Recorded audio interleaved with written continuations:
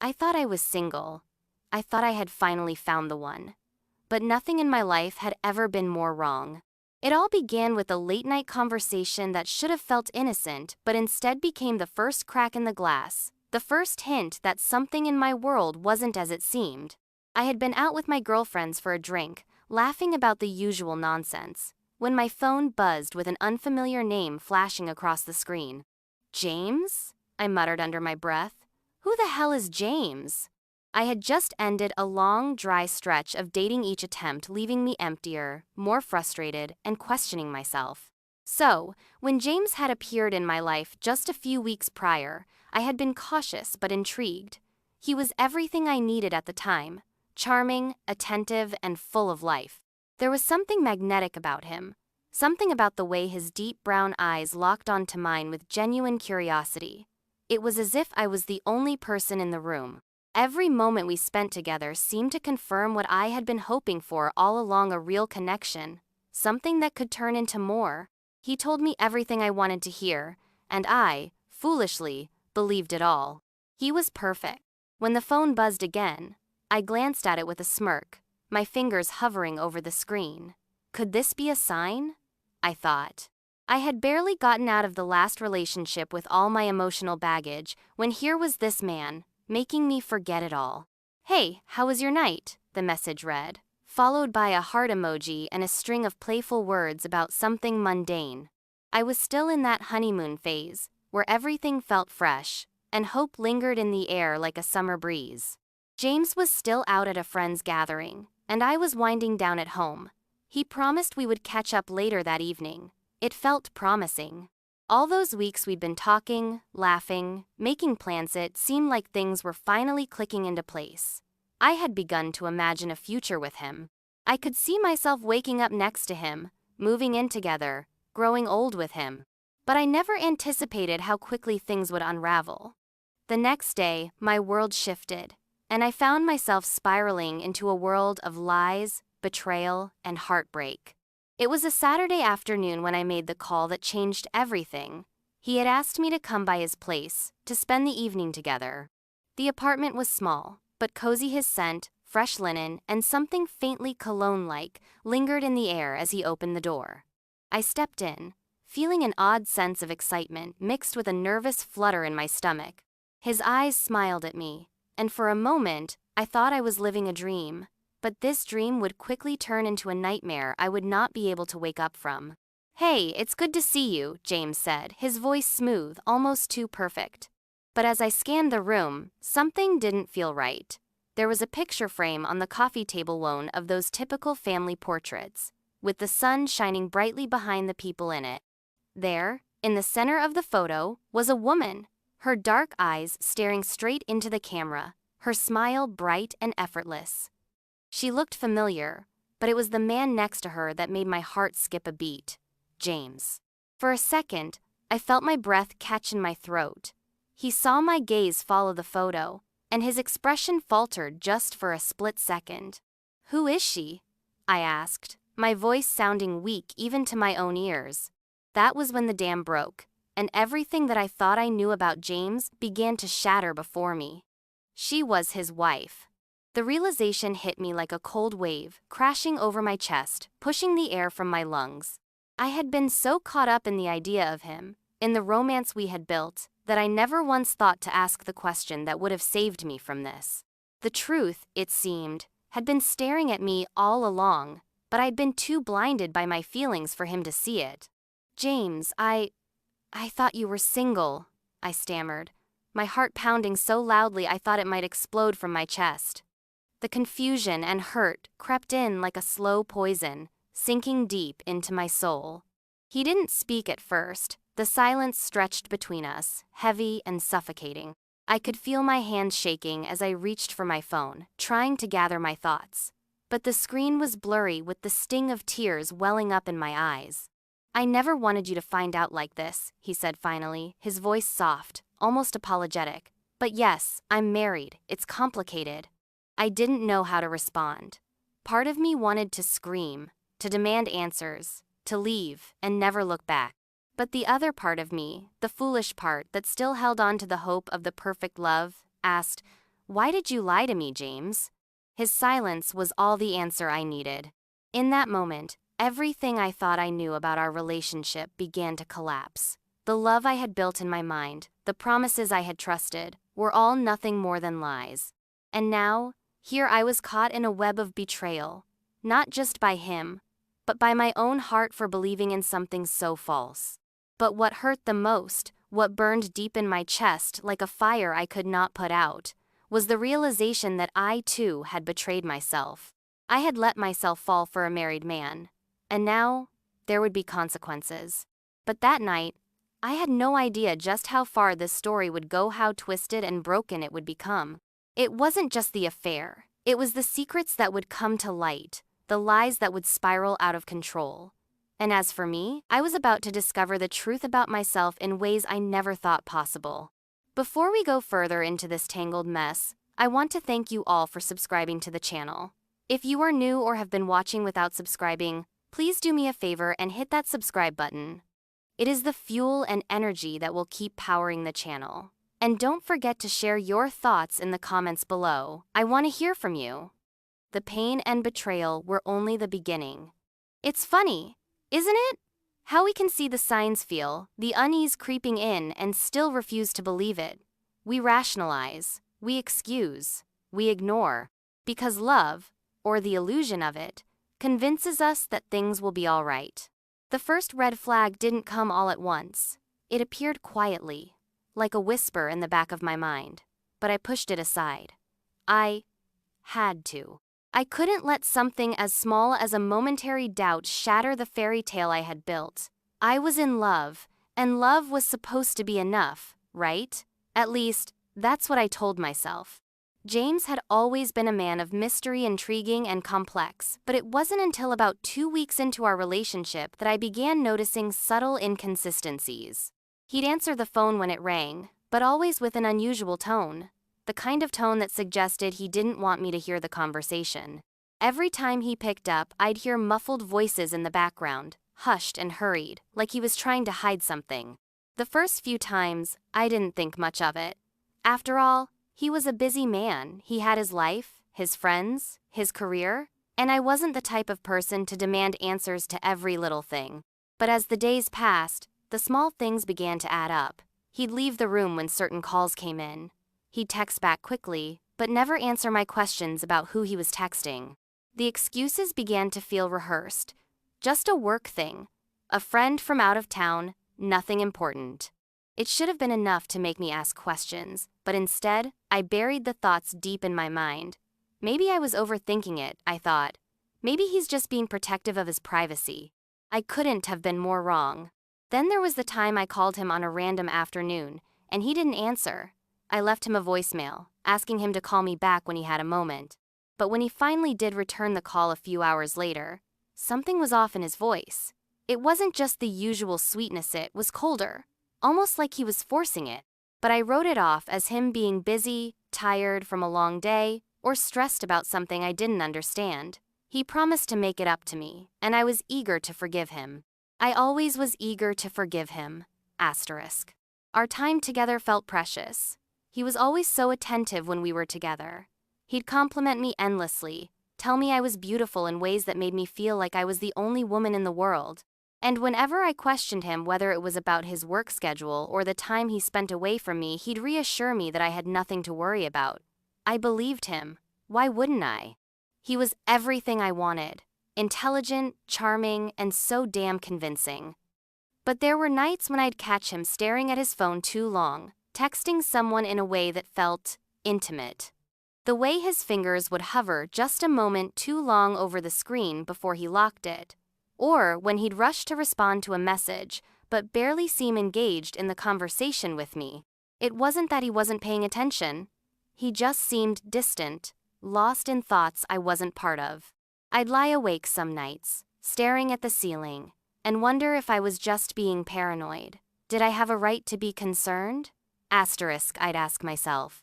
I hated the idea of being that girl, the one who constantly questioned her partner. But then again, was I just being foolish? Was I letting my insecurities ruin something that felt so good, so right? The biggest red flag came one evening when I decided to surprise James with a visit. He had mentioned he was working late, so I thought I would swing by with dinner.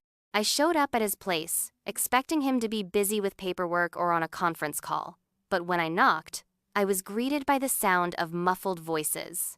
Not just one voice, but two. My hand froze on the doorknob. I knew what I heard, and yet, my mind rejected it. Maybe it was just a coworker? Asterisk, I told myself. But when the door opened, and there he stood, James. In a hurry to close the door behind him, I could see it on his face. His eyes wide with shock. The woman behind him, hurriedly adjusting her clothes, looked at me with the most nervous smile I had ever seen. I should have walked away then.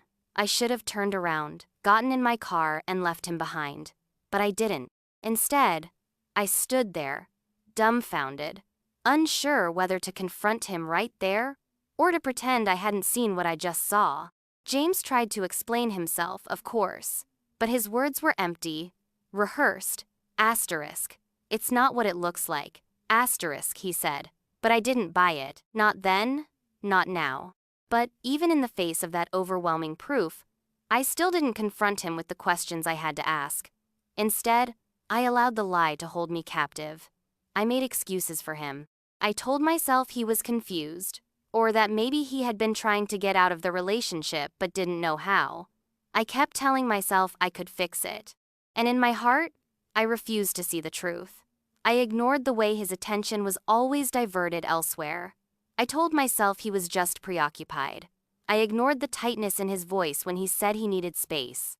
I let every tiny inconsistency slip past, pretending they were nothing more than misunderstandings or trust issues that I had to overcome. But deep down, I knew.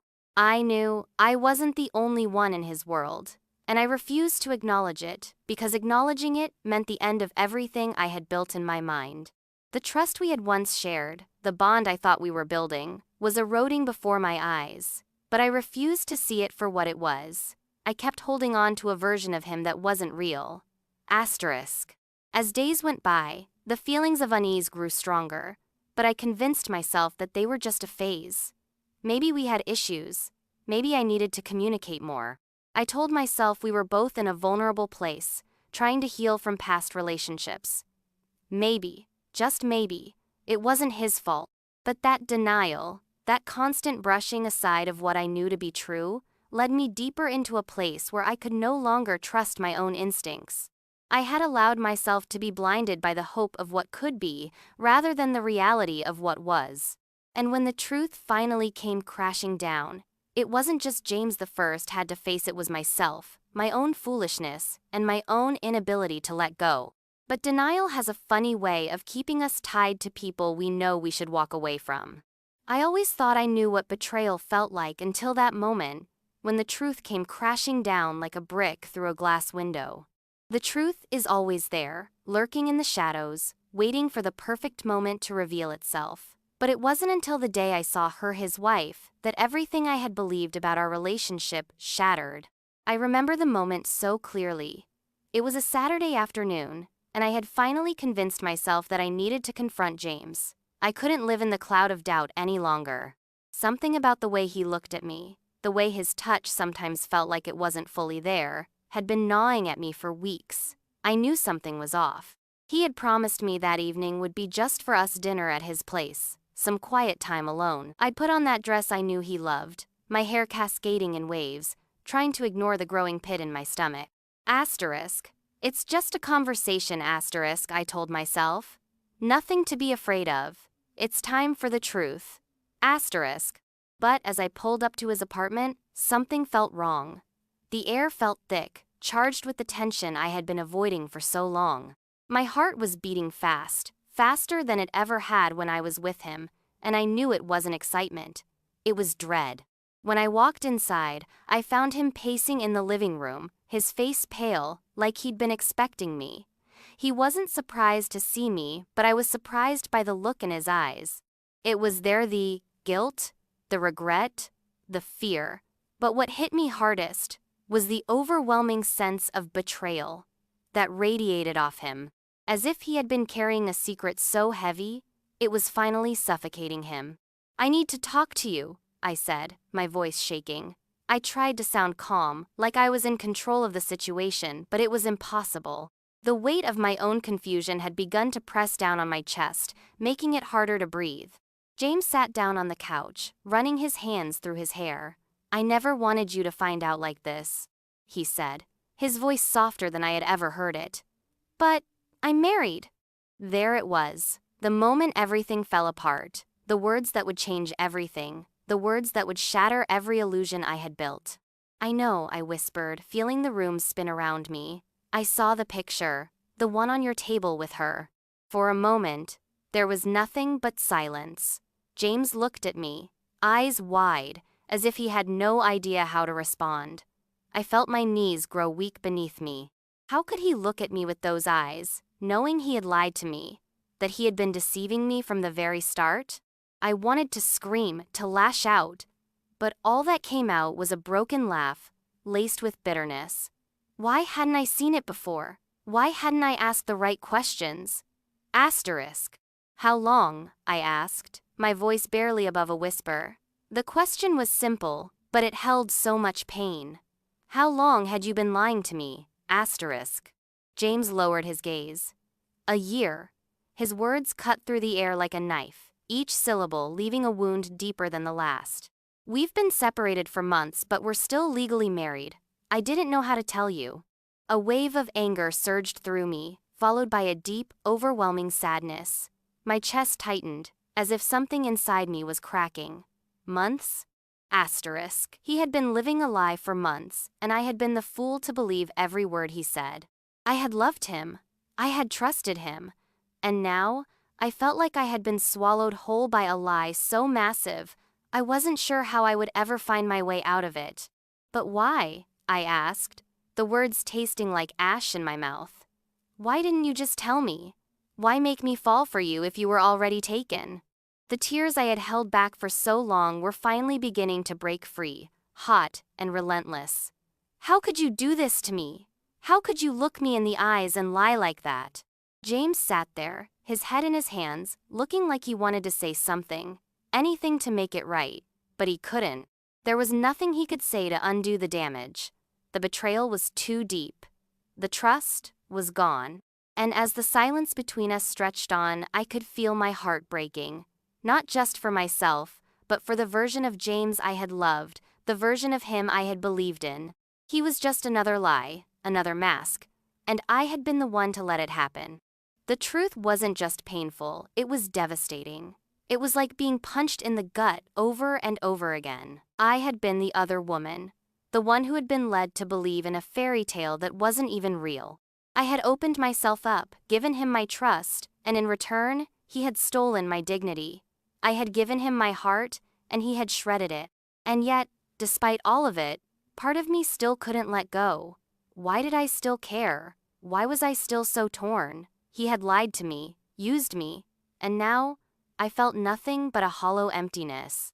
I had become a victim of my own choices, trapped in a cycle of denial and misplaced hope. The emotional impact of that moment was something I couldn't even describe. My whole world, everything I had come to believe in, was suddenly exposed for what it was, a lie. I didn't know who I was anymore. I didn't know how to move forward. The heartbreak was suffocating, and I found myself lost in the whirlwind of confusion, betrayal, and rage. I wanted to walk away, to scream at him, to tear everything he had built apart. But what good would that do? Nothing could fix the mess he had made, and nothing could fix the broken woman I had become. So, I did what I knew how to do best. I stayed silent. And in that silence, I felt the weight of the truth crushing me from all sides, like 1,000 pounds pressing down on my chest, stealing the breath from my lungs. The truth had come out, but it had cost me everything. And in that moment, all I could do was cry for the life I thought I had, and the woman I thought I was.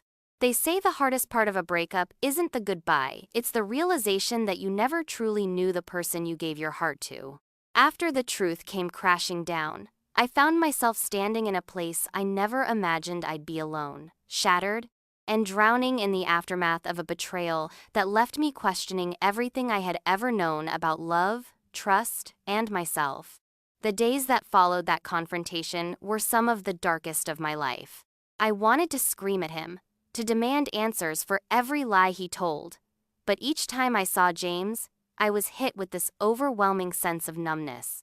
The anger, the hurt, they were there, but there was something deeper, something that made it hard to even look at him. And it wasn't just the betrayal, it was the loss of who I thought he was, the loss of my own belief in the idea of love that had been so carefully constructed in my mind. I couldn't escape the feeling that I had been duped, played for a fool. Every word he spoke, every touch we had shared, now felt hollow, empty. It wasn't just the affair, it was the lies, the deceit, the manipulation. I had been living in a world of half-truths, and now the entire foundation had crumbled beneath me. The first conversation we had after everything came to light was suffocating. James tried to apologize, his words tumbling out in a desperate attempt to explain himself, to somehow make sense of the mess he had created. But nothing he said could undo what had already been done. I didn't want his apologies. I didn't want his excuses. I wanted the truth. I wanted the man I had thought I knew, but all I got were more lies and promises that felt as empty as his words. "I never wanted to hurt you," he said, his voice breaking as if he truly felt the weight of his actions. But the pain in his voice did nothing to ease the agony I was feeling. It only made it worse. "Do you even understand what you've done?" I asked, my voice shaking, not just with anger, but with the overwhelming heartbreak that consumed me. "You lied to me. You led me to believe I was the one, and all this time you were still married." He tried to explain the complexities of his relationship, the separation, the fact that things had been over for months, but I didn't want to hear it. The truth was, it didn't matter how complicated his marriage had been. What mattered was that I had been nothing more than a pawn in his game. "I loved you," I whispered, my voice breaking. "I trusted you." And just like that, everything I thought I had was shattered. I had loved him. I had trusted him. And now, I felt like a fool. In the aftermath, everything felt like it was slipping through my fingers. The foundation of my self-esteem, which had once been built on trust and honesty, was now a pile of broken pieces. How could I trust anyone again? How could I ever believe in love the same way? The emotional turmoil was exhausting. One moment I would be angry. The next I would feel this overwhelming sense of sadness, as though I was grieving the loss of someone who had never even existed. The betrayal cut deeper than I could have ever imagined, not just because of what James had done, but because of the way it made me question my own judgment. How could I not see the signs? How could I have been so blind? It didn't take long for the guilt to creep in. Guilt for trusting him, guilt for not walking away sooner, guilt for not listening to the little voices in my head that had been warning me all along.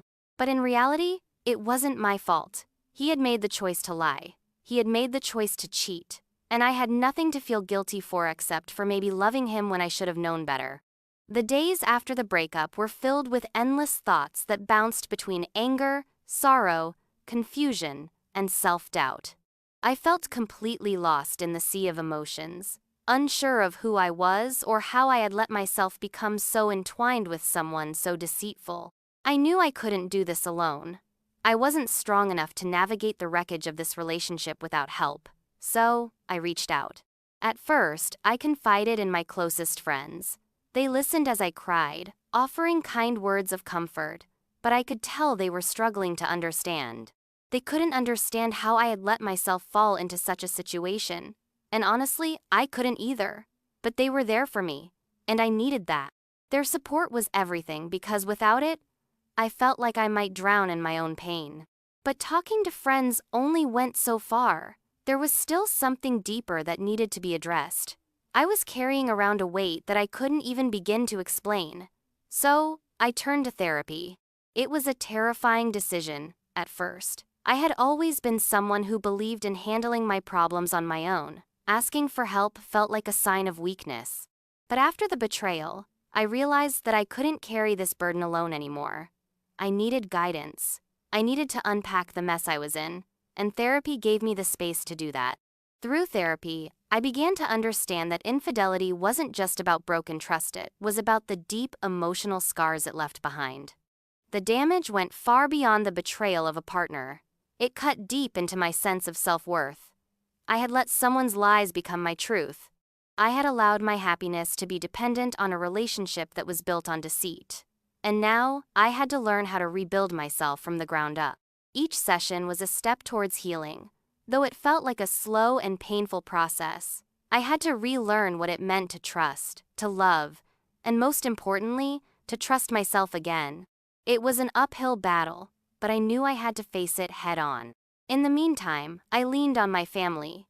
My mother, especially, was a pillar of strength. She didn't judge me. She didn't tell me I should have known better.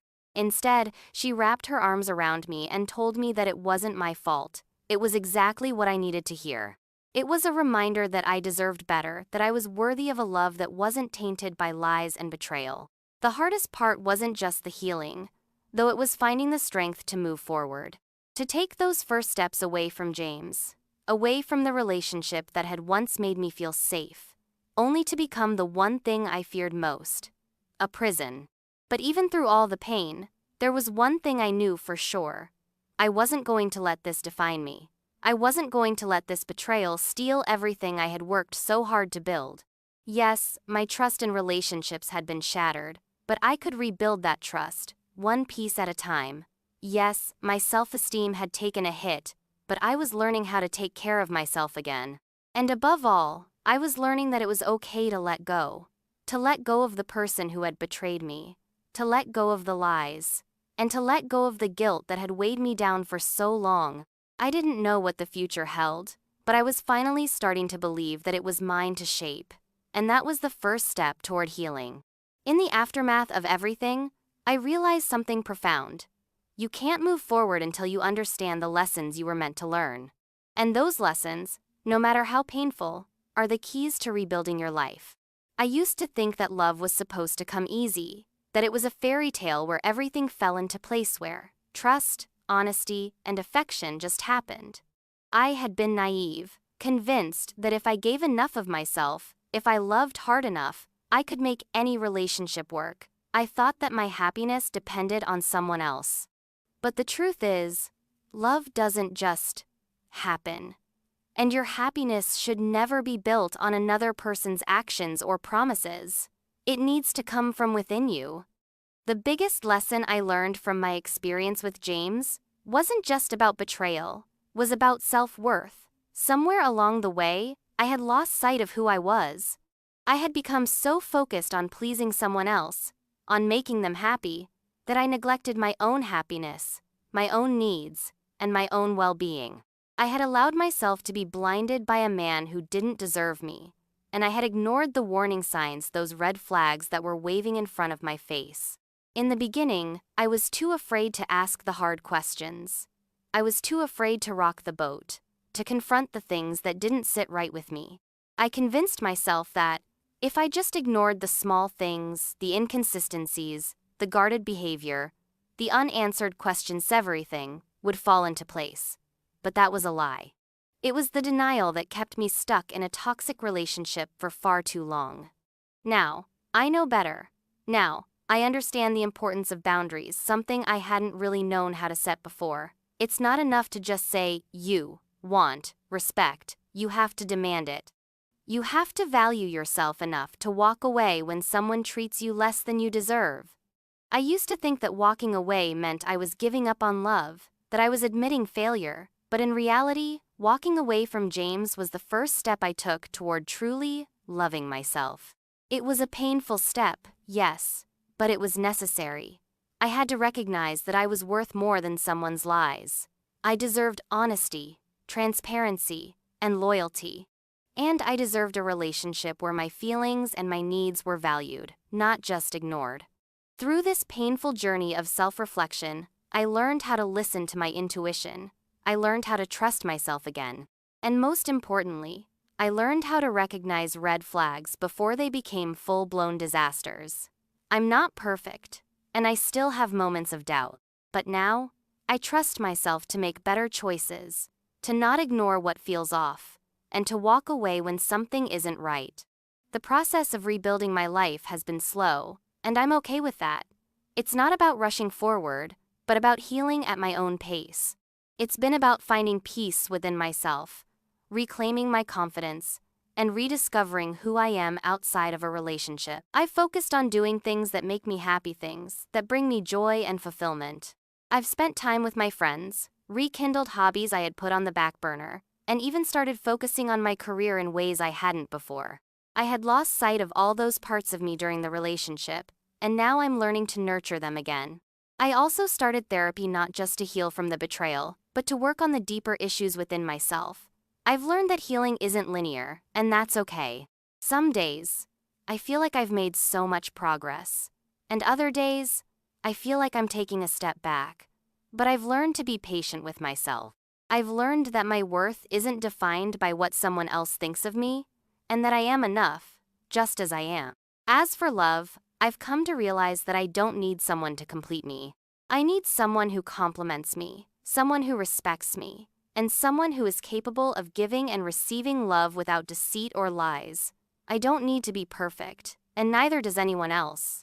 But I do need honesty. I need transparency. And I need a partner who values those things as much as I do. I've also learned that healthy relationships aren't built on idealized versions of each other, but on the reality of who we are. There's beauty in imperfection, but there's no room for dishonesty. I don't want to be in a relationship where I feel like I have to hide parts of myself or ignore my gut feelings. I want to be with someone who is willing to communicate openly, to be vulnerable, and to build something real with no just a picture-perfect illusion. And as I move forward, I know that I'll be more selective with who I allow into my life. I know that I won't settle for less than I deserve. I'll set boundaries, respect myself, and never again ignore the red flags. The person I choose to be with will have to earn my trust, not just because they say the right things, but because their actions align with their words. Healing isn't easy, but I've come to understand that it's necessary. I've learned that it's okay to take time for myself, to let go of past pain, and to allow myself to be open to new possibilities. I may not be fully healed yet, but I'm on my way. I'm stronger now, more self-aware, and more confident than I've ever been. Most importantly, I've learned to love myself in ways I never thought possible. I've learned that my happiness doesn't depend on someone else's approval or affection. I am enough, just as I am, and that's the most powerful lesson of all. The future is no longer a source of fear, it's a place of possibility. I'm ready for what's next, and I won't settle for anything less than what I deserve.